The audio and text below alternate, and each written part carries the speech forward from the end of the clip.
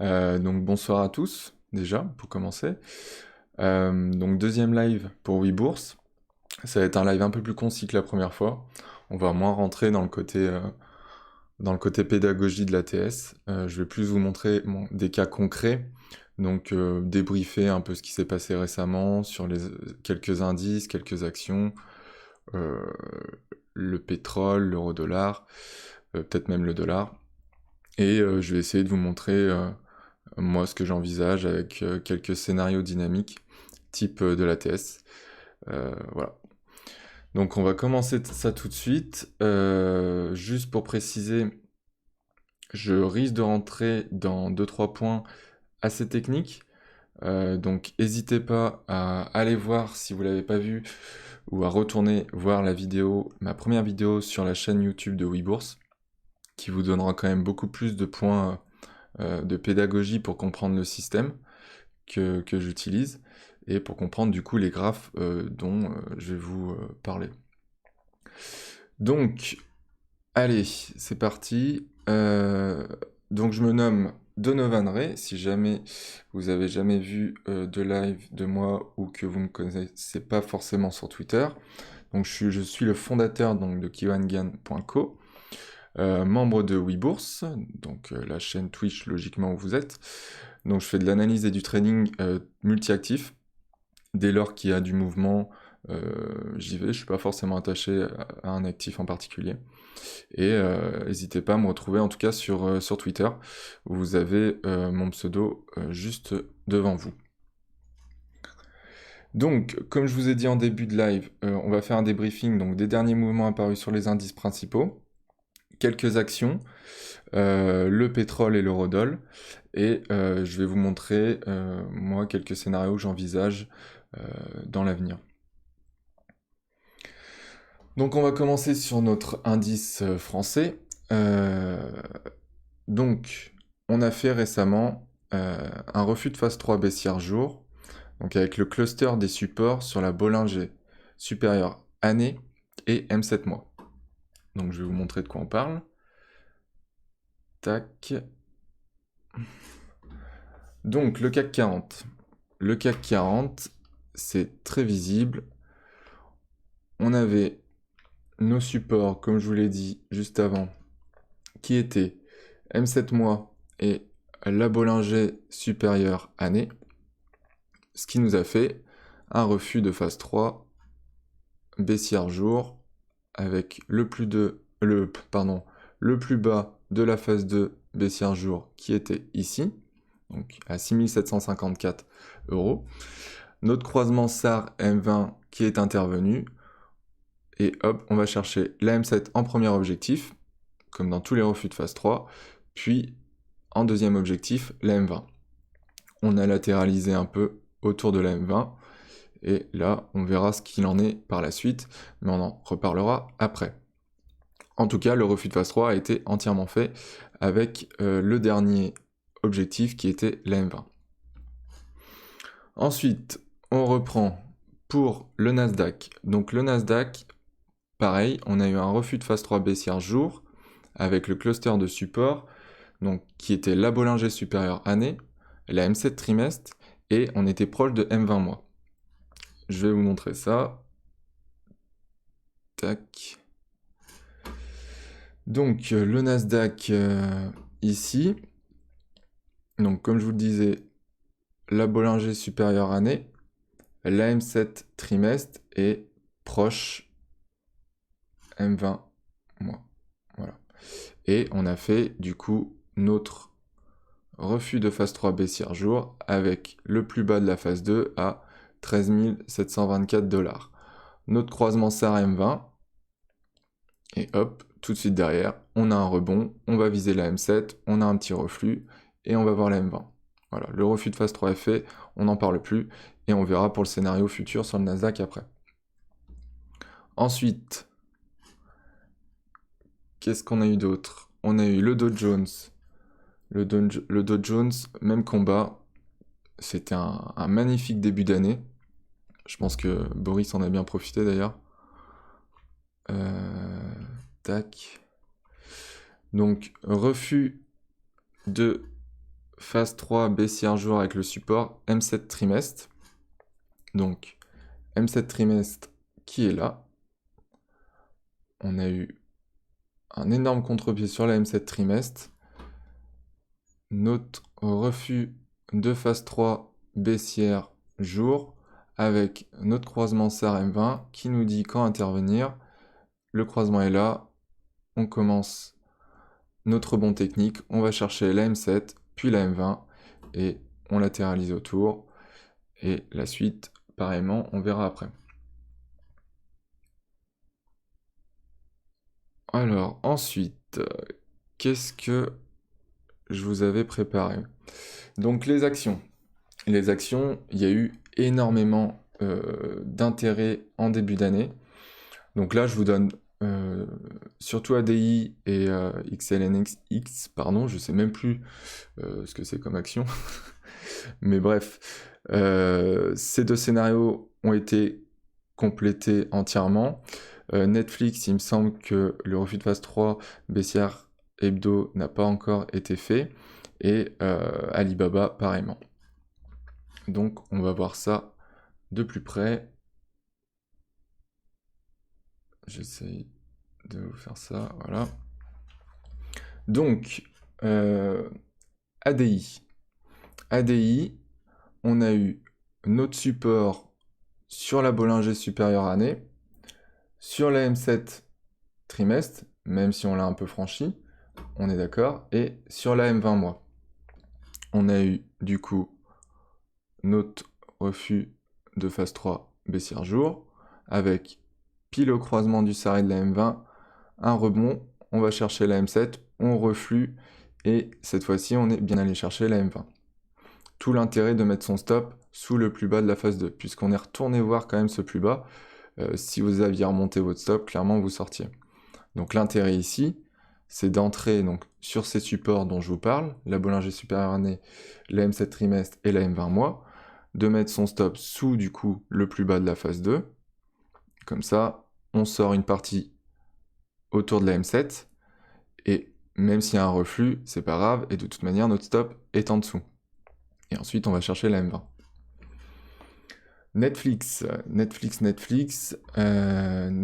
on a eu un beau support sur la M7 année, très précis, sur Ogi plus 1 semestre, proche M20 trimestre, et l'idée maintenant, même si ça ressemble pour le moment pas à grand chose, c'est d'avoir un refus de phase 3 baissière hebdo avec ce croisement SAR M20. Donc l'idée c'est au moins d'aller chercher M7 hebdo rapidement, sortir une bonne partie, parce que c'est quand même une position assez risquée étant donné la chute précipitée de Netflix. Donc voilà, l'idée c'est quand même de sortir une bonne partie ici, sous la M7 hebdo, et éventuellement, si les techs le veulent bien, aller chercher la M20 hebdo par la suite. Je vais vous parler de celle-ci avant.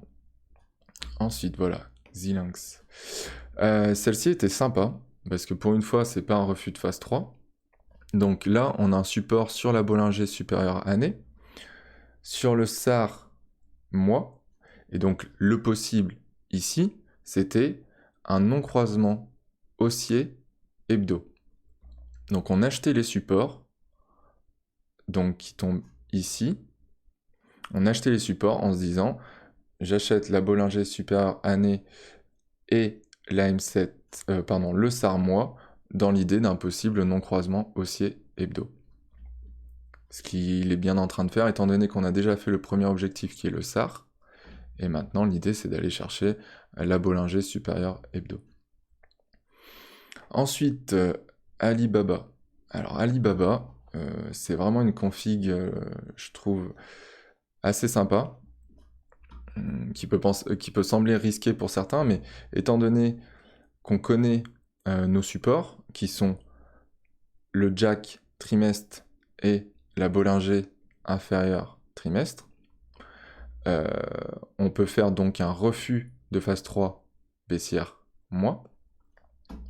Donc on s'approche déjà de la M7 mois, sortir une petite partie ici, et laisser courir jusqu'au SAR, voire la M20 mois, ça peut être un joli trade, tout en sachant que la gestion du risque ici elle est très simple, on met son stop juste sous la Bollinger inférieur trimestre et le Jack trimestre, au moins on sait où on en est, et si on part dessous, clairement oui, c'est probablement la dégringolade, donc on met un stop serré juste sous ces supports, et on peut laisser courir sans aucun problème, il faut juste être patient, sachant que c'est un trade assez long terme.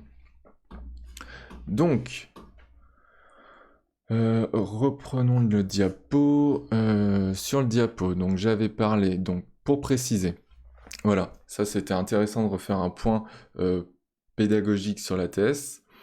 Donc le refus de phase 3 laisse entendre qu'à la suite donc d'une phase 2 des bandes de Bollinger, ça, voilà, clairement c'est dans la première vidéo, les phases des bandes de Bollinger, tout ça, c'est quelque chose que vous pouvez aborder dans la première vidéo. Donc, à la suite d'une phase 2 des bandes de Bollinger, il n'y aura pas de phase 3 qui permettrait une continuité de la tendance dans le temps et que le cycle classique des phases sera interrompu prématurément. En fait, clairement, il n'y aura pas une phase 3 à proprement dit à la suite de la phase 2. Donc, clairement, pour faire plus simple, un rebond technique au moins jusqu'à M7 puis M20. Et donc pour avoir cette interruption, il faut, tout dépend du sens, un ou des supports et une ou des résistances sur les unités supérieures au refus de phase 3. Donc là, comme je vous l'ai montré, ici par exemple, sur Ali Baba, on a notre support sur, donc au-delà du refus de phase 3 qui est en mois, on a notre support sur le trimestre, donc sur une unité de temps supérieure au refus de phase 3. Donc voilà, il faut toujours prendre son possible refus de phase 3 sur un support ou sous une résistance d'une unité de temps supérieure. Ensuite, là, pour Netflix, donc je vous ai parlé voilà, de Ogi plus 1 semestre. Donc Ogi, ni plus ni moins, c'est un niveau horizontal qui permet de savoir si on est au-dessus, que M7 passera haussière ou restera haussière, et si on est en dessous, on sait que M7 restera haussière ou passera baissière. Donc, si je reprends rapidement Netflix, tac, Netflix, on avait... Voilà. Donc le semestre prochain, on sait qu'il faudra rester au-dessus de 367,32 $ que vous voyez là, pour que la M7 semestre qui est là reste haussière. Et pourquoi on veut savoir ça? Parce que si elle reste haussière, elle ne fait pas résistance. Par contre, si elle passe rouge, donc baissière, elle fera résistance.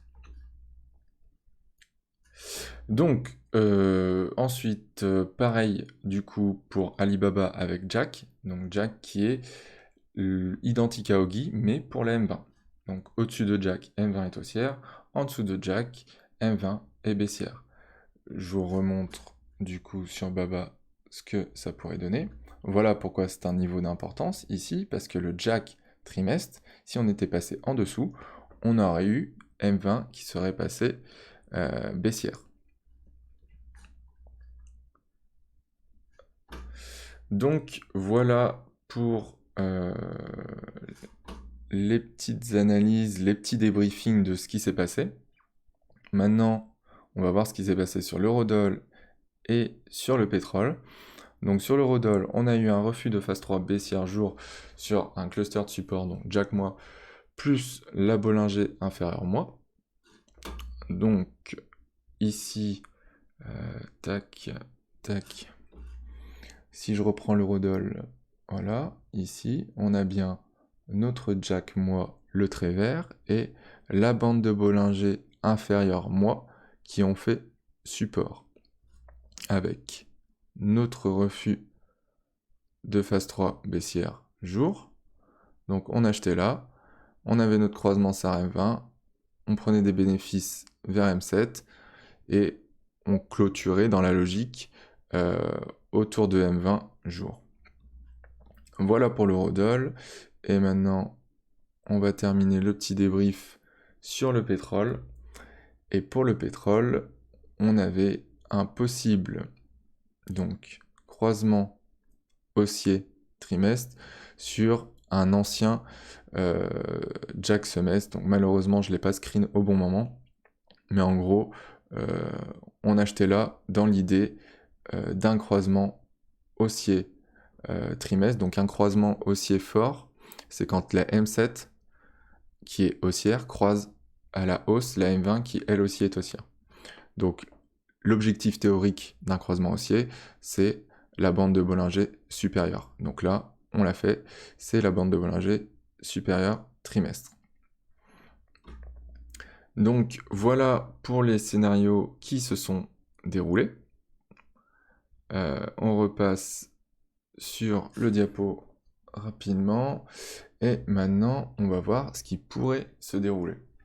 Donc attention, c'est pas du tout des conseils financiers, c'est pas du tout des conseils en investissement.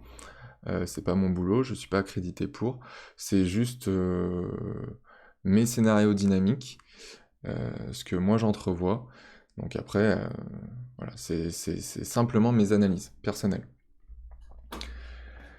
Donc l'euro-dollar. L'euro-dollar, donc après le rebond technique naturel sur la Bollinger inférieure mois, l'M7 mois serait un objectif à court terme. Donc ça je l'écris il y a 2 ou 3 jours, donc l'M7 mois n'avait pas été encore fait, malheureusement. Donc malgré tout ce sera probablement une zone de short, donc ça je l'ai fait, mais bon, maintenant que c'est écrit, je l'ai laissé. Donc l'objectif reste la Bollinger supérieure hebdo. Le fait qu'on repasse le Ogi plus un semestre montre que M7 semestre pourrait passer haussière et donc annuler la possibilité d'un non-croisement baissier semestre. Vous inquiétez pas, je vais vous montrer tout ça. Tac, tac. Donc l'euro-dollar.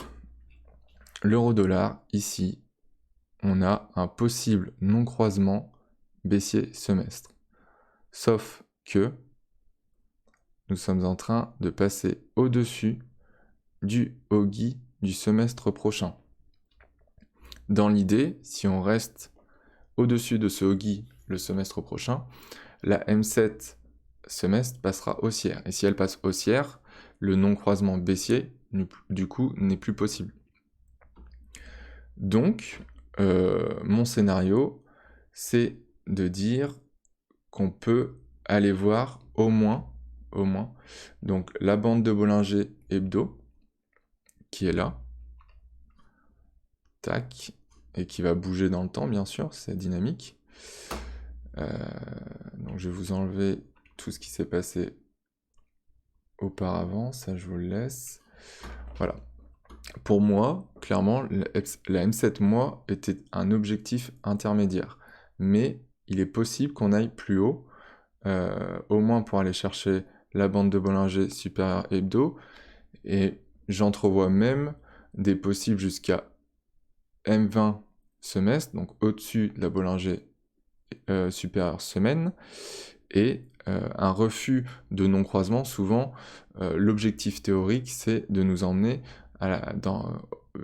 autour de la bande de Bollinger opposée. Donc, notre non-croisement baissier semestre possible nous aurait emmené logiquement voir la bande de Bollinger inférieure semestre, ici. Mais dans l'idée de ce refus de non-croisement, baissier semestre, on pourrait aller voir la bande opposée qui est là. Je dis pas que c'est forcément ce qui va se passer, je dis juste que c'est un de mes scénarios, en tout cas sur l'euro-dollar. Voilà pour l'euro-dollar. Ensuite, on repasse sur le diapo. Donc, le pétrole.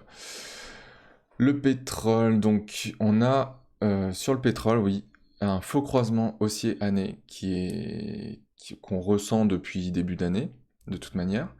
Donc ce qui veut dire qu'un objectif naturel est la Bollinger supérieure année couplée à la bande de Bollinger supérieure semestre, donc autour de 100$. Donc, moi ce que j'ai en tête, c'est éventuellement, parce que je suis pas du tout rentré sur le pétrole, j'ai fait quelques allers-retours en intraday, mais j'ai aucune position swing moyen terme dessus. Donc l'idée serait donc d'acheter M7 hebdo pour imaginer une relance haussière jusqu'au SAR année autour de 99 $, et peut-être laisser courir le sol, donc comme je vous le disais précédemment, jusqu'à la Bollinger supérieure année. Donc si on reprend le pétrole ici, on a ce fameux faux croisement haussier année. Donc le faux croisement haussier, c'est simplement quand M7 baissière croise M20 qui elle est haussière, et que cette M7 remonte tout de suite derrière pour recroiser la M20 qui elle est restée haussière. Voilà. L'idée, c'est simplement cela. Et l'objectif donc naturel d'un faux croisement haussier est la bande de Bollinger supérieure. Sachant que le pétrole est sous, oui, Jack Semmes plus 1, ça je suis d'accord. Mais je compte bien je compte bien sur le pétrole pour casser ce Jack semestre plus 1. Mais oui, je suis d'accord avec toi, Eric. L'idée d'entrer maintenant, c'est un peu complexe, étant donné qu'il a fait quand même une bonne partie du boulot, même pour l'année peut-être 2022 d'ailleurs. C'est purement spéculatif d'acheter la M7 semaine avec un stop très serré sous cette M7 et d'imaginer au moins toucher le SAR ici autour de 99 $. C'est ta résistance pour chercher l'achat M7W. Tac, fais voir si je le trace. Oui, ça peut l'être. Tu veux dire de retourner voir le plus haut de 2022. Oui, ça peut être un objectif intermédiaire, t'as raison.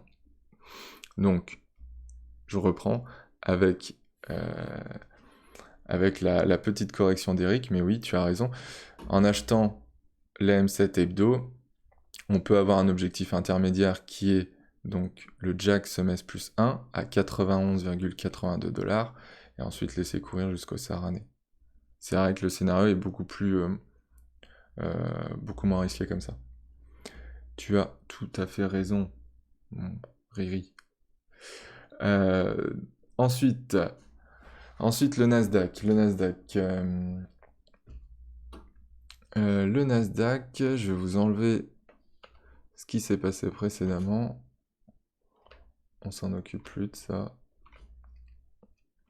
Donc le Nasdaq, donc après ce refus de phase 3 baissière jour établi sur l'indice qu'on a vu précédemment, donc clairement j'imagine pas un nouveau plus haut. Je vais pas rentrer dans les détails du pourquoi, mais je vois pas un rebond aussi fracassant pour aller au-delà du dernier plus haut du Nasdaq, tout en sachant que la politique accommodante de la Fed commence à se détendre. Donc bon, ça c'est encore un autre débat, mais voilà, tout est... c'est pas forcément d'actualité de tout acheter comme l'année dernière sur les indices US. Donc, de ce fait, shorter dans une zone comportant M7 hebdo plus M20 hebdo, donc ça je l'ai écrit avant parce que M7 hebdo n'était pas au même endroit que la M20 hebdo, mais plus OGI plus un mois me semble intéressant pour retourner voir les 14 959 $. Donc, si je reprends mon petit scénario que j'ai écrit il y a 2 ou 3 jours, voilà, l'idée, ça serait de shorter dans cette zone, donc qui est à 15 500 à peu près, qui est à peu près dans la même zone que la M20 hebdo, et à peu près dans la même zone que la Bollinger supérieure jour. Donc en gros on se retrouverait dans quelque chose comme ça, puisqu'en plus la Bollinger inférieure jour va baisser naturellement. Voilà, on pourrait se retrouver dans une zone comme ça, et shorter donc sous ce OGI plus 1 mois, sous cette M20 hebdo et sous cette bande de Bollinger supérieure jour. Et tout à fait, j'allais y venir après, mais je vais vous montrer un ratio. Donc moi j'ai pas le ratio Nasdaq S&P, mais j'ai déjà le ratio avec le Dow Jones qui est assez sympa. Donc ça, c'est le Dow Jones, la valeur du Dow Jones divisée par la valeur du Nasdaq. Et ce qui nous donne, quand même, c'est bien vérifiable, que les techs sont en pleine souffrance par rapport au Dow Jones, puisqu'on est sur un énorme support long terme sur ce ratio, et que probablement que le Nasdaq reste un des seuls indices à être shortable, et qui risque de souffrir une bonne partie de l'année 2022, si ce n'est plus. Donc voilà pourquoi j'ai choisi cet indice américain avec un possible short dans les zones dont je vous ai parlé précédemment. En fait, depuis tout à l'heure, je vous montre pas mon écran, et ça c'est super embêtant au final. Attendez, je reprends le Nasdaq. Mais il faut se manifester, les gars. Donc, l'idée, je reprends sur le Nasdaq, c'était de shorter autour de Oggi plus 1 mois, qui fait cluster avec la M20 hebdo et la bande de Bollinger supérieure jour. Donc c'est une zone assez large, entre 15 004 et 15 007. Voilà, comme ça à vue d'œil. Mais en tout cas, moi, clairement, Oggi plus 1 mois, je le surveille, puisque M20 pour le moment est haussière, donc ne nous fait pas barrage, mais à terme, je sens bien que M7 mois va passer baissière puisqu'on va rester sous Oggi plus 1 mois et qu'elle va nous faire faire une grosse résistance, pardon, et un gros reflux derrière jusqu'à au moins 14 500 sans hésiter, et puis même la bande de Bollinger inférieure jour ne m'étonnerait pas. Mais ça, on en reparlera quand on y sera. Voilà, en tout cas, j'ai en tête ce Oggi plus 1 mois. Et pour revenir justement sur ce dont on parlait avec Eric il y a quelques minutes, je vous montrais que vous n'avez pas vu ce ratio, donc Dow Jones Nasdaq, donc la valeur du Dow Jones divisée par la valeur du Nasdaq, et on voit très bien que nous sommes sur un support long terme, et donc que le Dow Jones va largement surperformer le Nasdaq, et donc que le Nasdaq est un indice carrément shortable cette année, à mon avis. C'est mon avis. Mais voilà, je pense qu'il y a beaucoup de possibilités à faire mumuse en short sur le Nasdaq et à continuer à prendre quelques longs par-ci par-là sur le Dow Jones ou sur les S&P. Ensuite, on repasse sur mon petit diapo. Et qu'est-ce que je vous avais noté? Un CAC 40. Allez, c'est parti pour le CAC 40. Tac. Donc le CAC 40. J'envisage, voilà, tout à fait un nouvel ATH, donc au vu de cette phase de haussière trimestre et année qui viennent tout juste de commencer. Donc je viserai la Bollinger supérieure moi autour de 7600 actuellement. On reprend les graphes pour que je vous montre cela. Donc contrairement aux indices US, clairement le CAC, il y a de grandes chances, à mon avis, qu'on fasse un nouveau plus haut. Étant donné la dynamique, les phases de baissière trimestre, la phase de haussière trimestre, la phase de haussière année, le support sur la bande de Bollinger supérieure année, sur la M7 mois, voilà, il y a beaucoup de choses qui s'enclenchent sur le CAC. Ce refus de non-croisement baissier jour du coup qui voit le jour et qui pourrait nous emmener facilement voir la bande de Bollinger supérieure jour et dédicace à Boris aller combler peut-être ce gap, ce trou béant qu'on a laissé en début d'année, qui fait quand même bon, on a comblé une partie, mais qui fait 60 points faciles. Donc, il y a des choses à faire sur le CAC, à mon avis, en faisant quelques longs. CAC qui surperforme très largement le DAX depuis l'année dernière. Et ça y est, Eric me ressort un ratio. Celui-là, je ne l'ai pas, mais je peux le faire rapidement. Si je fais un divisé par DAX, qu'est-ce que ça fait? Tac, tac. Voilà. Donc ça, c'est le CAC.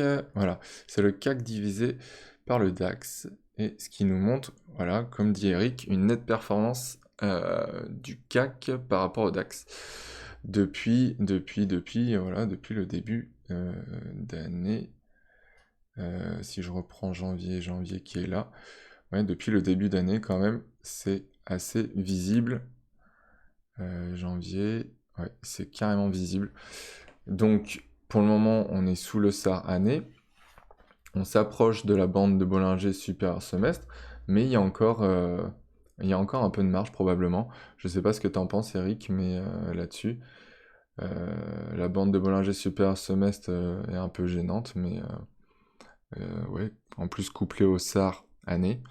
Mais pourquoi pas en tout cas en profiter encore un petit moment. Ensuite, le CAC 40 et le dollar. Alors le dollar, je le trouve magnifique en ce moment. Le dollar, donc, a atteint une zone de résistance puissante qui n'est autre que le cluster de la Bollinger supérieure mois et le Oggi trimestre. Donc un retour sur M7 mois à court terme est possible. Puis Oggi plus un trimestre. Donc M7 mois à court terme, clairement on y est, mais encore une fois, comme je vous l'ai dit, j'ai écrit ça il y a un petit moment maintenant. Donc oui, ton graphe, je suis vraiment mauvais, hein. Mais donc, comme je vous le disais, il y a eu un reflux sous Jack, mois, et sous Oggi, trimestre. C'est clairement visible. Et en plus sous la bande de Bollinger supérieure, mois. Donc clairement, il n'y avait pas d'hésitation à avoir ici. C'était un bon short à lui mettre au dollar. Et viser, pour commencer, la M7 mois. Mais j'ai clairement autre chose en tête en allant voir probablement à terme Oggi plus 1 trimestre, donc à 93,80. Long pas short. De quoi tu veux prendre un long sur le dollar, Eric? Moi non. Et, et du coup, donc aller voir ces 93,80 et même peut-être la M20 semestre. Enfin, voilà, clairement, je suis baissier moyen terme sur le dollar. Et donc du coup, je suis haussier sur l'eurodoll. Voilà pour mes scénarios, je pense avoir rien oublié, je vais faire un petit check-up, mais il me semble pas. Euro-dollar, on a vu pétrole, Nasdaq, CAC et dollar. Et ben c'est nickel. Si vous avez des questions maintenant, n'hésitez pas. C'est avec plaisir. J'ai peut-être été un peu vite, je m'en rends pas trop compte, mais j'ai voulu faire un point un peu plus concis que la première fois, en partant du principe que vous aviez vu la première vidéo, 2-3 de mes graphes sur Twitter, donc que vous aviez quelques connaissances, au moins en ATS. Dow Jones, refus de phase 3, baissière. Oui, dis-moi tout. Refus de phase 3, baissière, oui. Oui, bah, ouais. C'est ce que je vous ai montré. Et du coup, tu as du mal à appréhender le refus de phase 3 baissière jour ici. Est-ce que c'est ça? T'en as parlé de ton intro? Ah, pas vu. Ok. Oui, donc voilà, le Dow Jones, il y a clairement eu un refus de phase 3 baissière jour sur le support M7 trimestre. Voilà. Je sais pas si j'ai répondu, mais super. Du coup, pour finir là-dessus, tac. Est-ce que vous avez quelques actifs à proposer ou pas? Vous n'êtes pas obligé. Où peut-on retrouver initiation de ta technique? Sur mon site internet que j'ai dû montrer au tout début. Alors, au tout début. Voilà, donc Kiwangan, alors c'est un peu un nom à coucher dehors, je te l'accorde, mais kiwangan.co. Et la chaîne YouTube, hésite pas, j'en ai pas, mais hésite pas à aller voir celle de WeBourse. Donc tu tapes WeBourse sur YouTube et t'auras ma première vidéo dessus et qui reprend vraiment toutes les bases de l'ATS, enfin une bonne partie, et qui dégrossit pas mal le sujet. Donc hésite pas à aller voir ça. Celle-ci, elle est enregistrée vidéo, donc comme ça, tu vas voir la première, ensuite tu retournes voir celle-ci pour un peu mieux appréhender tout ce que j'ai raconté. Et puis voilà, tu as mon site internet qui est là. Et puis de toute manière, n'hésite pas à me contacter sur Twitter si jamais. Donc, alors, il y a pas mal de petites choses. Apple platine. Tac, tac, tac, ok. Vous êtes trop chaud. Donc, allez, Apple, fais voir Apple. Apple, qu'est-ce que j'avais fait des choses sur Apple? Moi, pas grand-chose. Donc Apple, qu'est-ce qu'on peut dire sur Apple? Donc, on voit tout de suite le support qui a fonctionné, ça c'est sûr. Euh, il est en lévitation au-dessus de sa bande de Bollinger année. Ouais, c'est pas quelque chose qui me fait rêver, ça. Euh, Clairement, on n'a pas de... Moi, là où je ferai attention, c'est... Donc, bien sûr, notre cher Ogi Hebdo, qui pour le moment fait résistance, et qui ne permet pas, du coup, à M7 Hebdo de passer haussière. Moi, clairement, Apple, j'y toucherai pas. C'est pas, y a pas de configuration claire. Si je voulais faire le bon gros bourrin, je dirais, euh, je vendrais ici avec un stop au-dessus du dernier plus haut, et j'aimerais bien qu'on aille combler ce vide jusqu'à la Bollinger supérieure année. Voilà.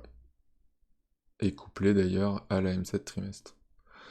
Mais dans l'idée, clairement, je trouve que c'est pas une config intéressante pour le coup, Boris. Mais je pense que tu le sais. Et c'est pour ça que tu me demandes d'y mettre les mains. Ensuite, platine. Est- Est-ce que t'as le code, Eric? Parce que j'y vais absolument jamais sur le platine. Platinium, probablement, non? Je sais pas. C'est quoi ça? Ouais, mais c'est un CFD. Bon, on va essayer avec ça. Bon, il doit pas être trop vilain. PLXXX. Je l'ai même pas, c'est une honte. Ça, c'est TradingView, hein. Il manque quelques actifs, hein. On peut pas tout avoir. Désolé. Mais en tout cas, avec le CFD, en espérant qu'il soit propre, on a. C'est sympa, hein. Ah, Eric, t'es pas comme Boris, hein. Tu donnes des actifs sympas quand même. Et ben sur le platinium, je dirais euh, quelque chose de sympa. Ah oui, même là, euh, on a, je dirais, un faux croisement, un possible faux croisement haussier-moi sur le support M20 trimestre. Voilà. Je dirais comme ça, à vue d'œil. Après, c'est intéressant même en année, mais pas trop envie d'aller au-delà. Mais en tout cas, clairement, l'objectif à court terme, ça serait d'aller voir la bande de Bollinger supérieure moi. Dis-moi si tu as autre chose à ajouter, trace au Y.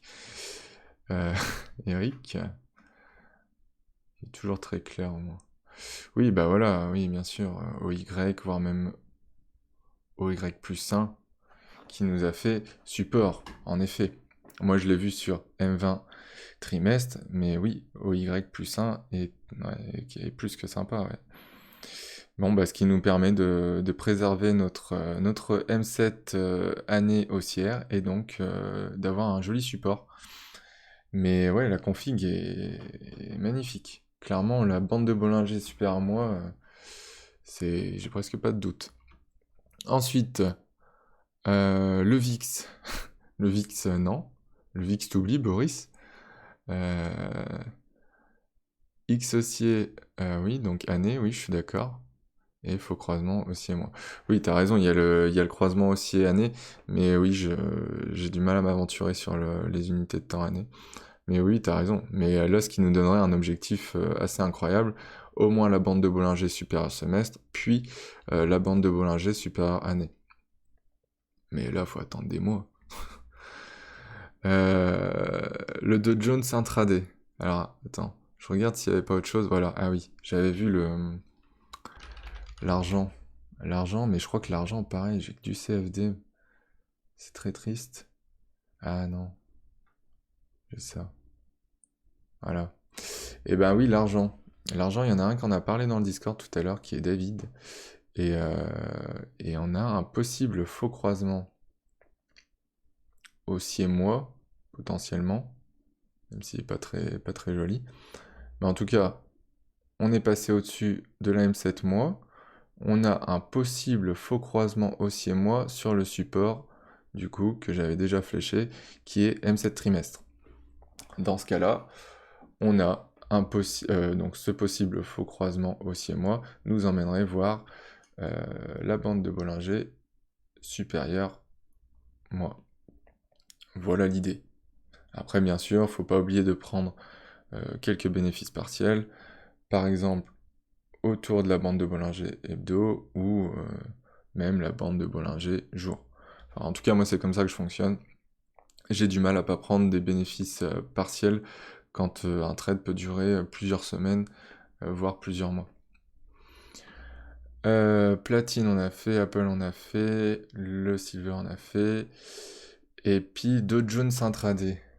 Alors, qu'est-ce que t'as vu d'incroyable sur le Dow Jones intraday? Tu me fais peur. Tu me fais peur, Boris. Dow Jones intraday. Tac, c'est un futur, mais il est en différé, lui. Dow Jones intraday. Qu'est-ce que je suis censé voir sur le Dow Jones intraday? Eh bien... Qu'est-ce qu'on a sur... Là. Oui, bah après, moi je le vois pas forcément en intraday, mais clairement on peut difficilement ne pas imaginer d'aller voir la bande de Bollinger supérieure jour, donc qui est aux alentours des, allez, 36 100. Et ici, moi j'ai pas grand-chose à y voir, hein. Je dirais que on peut facilement aller chercher en tout cas. Non, mais on a une phase 2, on va avoir une phase 2 aussi à 3 heures, et puis on va se trimballer dans 4 jours autour de la bande de Bollinger Super jour. UT15, qu'est-ce que tu vois en UT15? Ah, ouais, un truc, ouais, on va avoir un croisement haussier, quoi, en UT15. On va aller chercher la bande de Bollinger Super à 15 minutes. Oui, je te l'accorde. Je te l'accorde, Boris. Mais oui, je vois surtout... toi, c'est vrai que t'as cette vision intraday que j'ai un peu moins. Mais je vois surtout cette bande de Bollinger super jour. Mais après, je pense que tu l'as aussi en tête. C'est pas le bon actif que tu affiches. Ah, c'est le mini Dow Jones. Mais j'ai pas le Dow Jones. Voilà, j'ai un vieux CFD comme d'habitude. Eh bien, il est très bien, c'est le même. Ah, tu l'as en non-croisement, toi? Ah ben, j'ai pas de non-croisement en 15 minutes. Désolé, hein, je suis très limité, hein. Non mais voilà, en tout cas, n'hésitez pas à aller voir Boris pour ce qui est de l'intraday. Moi, je crois que j'ai même pas les bons actifs, donc c'est pas très bon. Mais lui, c'est vraiment un killer de l'intraday. Euh, Tiens, mettons... C'est pas grave, merci UD. Voilà, clairement on est d'accord, ça sera UD, hein. Je pense qu'il n'y a pas de doute là-dessus. Voilà, qu'est-ce que j'ai à vous dire de plus?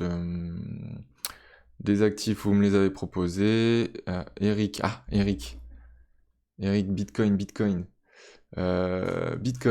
Eh ben, qu'est-ce qu'on a sur le Bitcoin? Tu veux le futur? Oui, toi, j'imagine que tu veux le futur.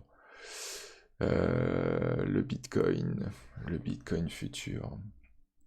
Et ben le Bitcoin futur, il est pas mal, hein. Il est très propre même. On a eu un joli support sur le SAR mois. On fait ce petit reflux sous le SAR hebdo. On a eu ce beau croisement haussier jour qui nous a emmené à notre objectif naturel qui est la bande de Bollinger supérieure jour. Et maintenant, l'idée c'est de chercher avec nos Ogi hebdo. Ah bah oui, et puis on a un reflux, d'accord. Je sens que tu allais me le dire dans 10 secondes. Donc on a un reflux sous un cluster qui est Ogi plus 1 hebdo et le SAR hebdo. Mais ce qui est intéressant, c'est que à cours égal, dans 2 semaines, M7 passera haussière, M7 hebdo passera haussière, et donc pourra nous faire un probable support. Donc à méditer pour les jours à venir, ou en tout cas les 2 semaines à venir. Mais en tout cas voilà, si M7 hebdo passe haussière, ça pourrait être un joli support. Et pour nous emmener voir, il va falloir faire gaffe à nos jacks qui montent très vite et qui nous font un peu trembler la M20 quand même. Gap en weekly. Ouais, alors ouais, les gaps, ouais, j'ai un peu de mal avec les gaps, je suis pas forcément... je suis pas sûr d'un comblement forcé. Mais c'est possible d'aller chercher peut-être le gap, mais voilà. Quand je vois le graphique tel qu'il est, moi j'imagine bien une M7 hebdo passer haussière, qu'on aille vite chercher notre jack hebdo, mais le problème c'est le jack. Le jack va nous ennuyer ici. Moi voilà, on va se taper en fait une M7 hebdo haussière, mais derrière un jack qui nous empêche d'avoir une M20 haussière. Je suis assez neutre sur le sujet, clairement. Sauf si M7 hebdo passe haussière, pourquoi pas payer ici avec un stop juste sous cette M7, aller viser un des jacks, ou la M20 qui elle sera baissière. Mais voilà, probablement M20 en objectif court terme, qui sera probablement baissière. Alors Sarah Plat, moi. Alors oui, alors le Sarah Plat c'est encore un autre sujet que Eric affectionne. Moi que j'utilise pas forcément. Mais oui, ça peut être un signe de dynamique haussière par la suite. Mais voilà. Mais en tout cas, oui, pourquoi pas acheter une M7 haussière pour aller viser une M20 baissière. Et plus si affinité. Mais en tout cas, une prise de bénéfice sous M20 qui sera probablement baissière à court terme. Au moins probablement la semaine prochaine, sous 48 390, et la semaine suivante sous 55 180. Ce qui est quand même énorme, 55 180. Donc voilà, j'ai rien à vous dire de plus, il me semble, sauf si vous avez un autre actif qui traîne dans votre tête. Mais sinon, je vous dis à plus. Ça m'a fait plaisir. Ça faisait longtemps, depuis fin décembre, que j'avais pas fait de live. C'est seulement mon deuxième. Mais en tout cas, c'était bien cool. Donc je vous dis à bientôt, en espérant vous revoir nombreux au prochain live, et que j'essaierai de trouver un autre sujet pour être un peu plus pédagogique, parce que c'est vrai que c'est compliqué, c'est un système que peu de gens connaissent. Donc c'est pour ça qu'il faut toujours se renseigner en allant voir la vidéo que j'ai fait la première fois, en essayant de suivre Eric, Boris ou moi sur Twitter, qui postent pas mal sur le sujet. Donc voilà. Je vous dis à plus, et puis au plaisir.